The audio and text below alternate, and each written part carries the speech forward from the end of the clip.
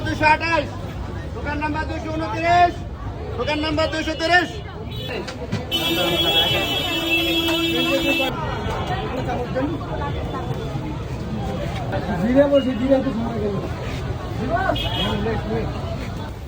আসসালামু আলাইকুম। ইদানিং ফুড রিভিউ করতে বেশ ভয় লাগে, কারণ মানুষ দেখার পর খুব খারাপ ভাষায় গালাগালি করে। আর যদি খাবারের সুনাম করি তাহলে তো কোনো কথাই নেই, সাথে সাথে বলে ফেলে দয়াকা দা লয়াকা লা ল। যাই হোক, ভালো খাবারকে তো ভালো বলবোই, আর খারাপকে খারাপই বলতে হবে। আমাদের চেষ্টা থাকে কিন্তু সবসময় ভালো খাবারগুলোই আপনাদের সামনে নিয়ে আসার।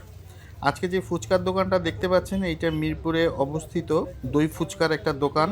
গুলশানের ভাইরাল দই ফুচকাও খেয়েছি, আর এই দোকানের পাশে ভিড় দেখে ভাবলাম একটু খেয়ে যাই।